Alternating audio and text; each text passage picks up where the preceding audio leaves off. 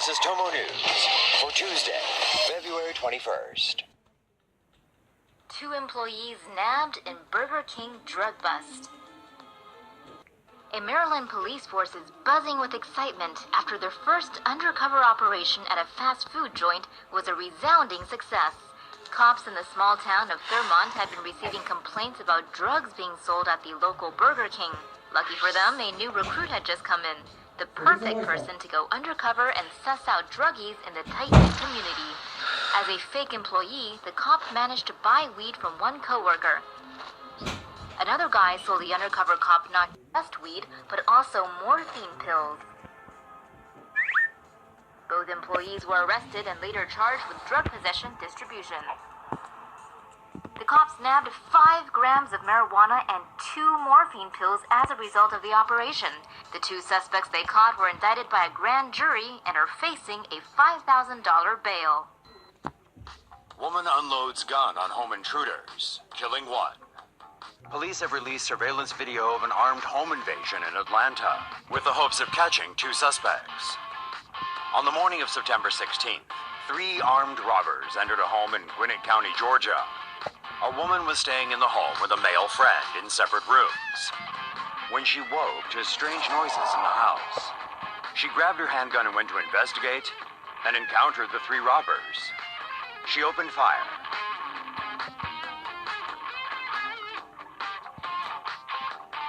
The 3 returned fire and attempted to flee the scene, but the woman managed to shoot one of the intruders in the torso, killing him. The deceased was later identified as 28-year-old Antonio Leaks. The woman got out of the situation alive and unharmed. However, Leaks died at the scene, while his accomplices fled. Police have released these photos of the other 2 suspects. Both are considered armed and dangerous. Kindergarten fight club leads to 5 injuries, teacher suspension. A kindergarten teacher in Nanjing, China, is in hot water for organizing a fight club, which she says allowed the little brats in her care to work off some pent-up energy and steam. The teacher noticed her kids, likely 4- and 5-year-olds, were really hyper, as is the case with most little children. In an effort to channel their high amounts of energy, she came up with the bright idea of facilitating a fight club, letting the toddlers duke it out bare-knuckle style. Local media quoted the teacher as saying, "Since they were all so energetic, I got the idea to let them practice boxing and see who would win." Yeah, well, it wasn't long before the club disbanded, as at least 5 kids went home with scratches and bruises, leading parents to ask, what the hell is going on? The little fighters fessed up, breaking the first rule of Fight Club, and the teacher has since been suspended. 5 boys were injured, one of them even had his spine knocked out of alignment. Rather than give us the old, "we shouldn't be teaching our students that violence is okay" speech, instead, the school's principal commented that the kids are too weak to be participating in a fight club. That's right, too weak. Coke workers find loads of Coke. Workers at a Coca-Cola factory in France have discovered a large stash of smuggled cocaine. French prosecutors said none of the workers are under suspicion, but they are investigating who sent the drugs, which were in bags hidden in a shipment of orange juice concentrate from Central America. The haul of Andean marching powder weighed 370 kilos and had a street value of 50 million euros, which is about 55 million US dollars. It was sent from Costa Rica and arrived at the factory in southern France on August 26th. It's widely rumored that the original 1886 recipe for Coca-Cola contained traces of cocaine. But Coca-Cola has always denied its products ever contained anything to give them an extra kick. The seizure at the factory is one of the biggest ever discoveries of cocaine. Investigators were trying to sniff out some leads to find out who sent it. Of course, no more Coca-Cola in Venezuela. A sugar shortage has forced Coca-Cola to stop making its signature soda in Venezuela, the latest blow to a country already crippled by low oil prices.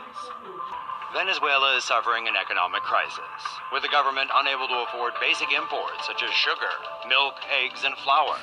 Economic crisis, with the government unable to afford basic imports such as sugar, milk, eggs, and flour. Sugarcane production is down due to price controls, rising production costs, and a lack of fertilizer. Many farmers are switching to other crops which provide more yield and generate a higher income.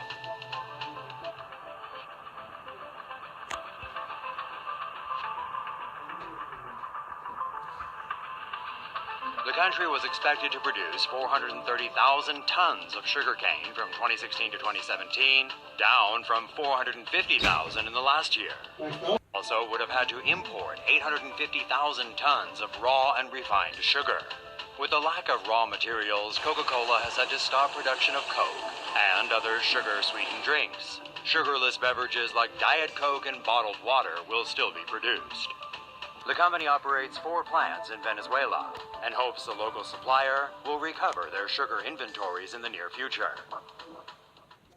Flat tire results in crash, kills 1, injures 2. In Taiwan, Ms. Zhang, age 41, was driving her 75-year-old boss back from visiting the hospital for his annual checkup when she suddenly blew a tire.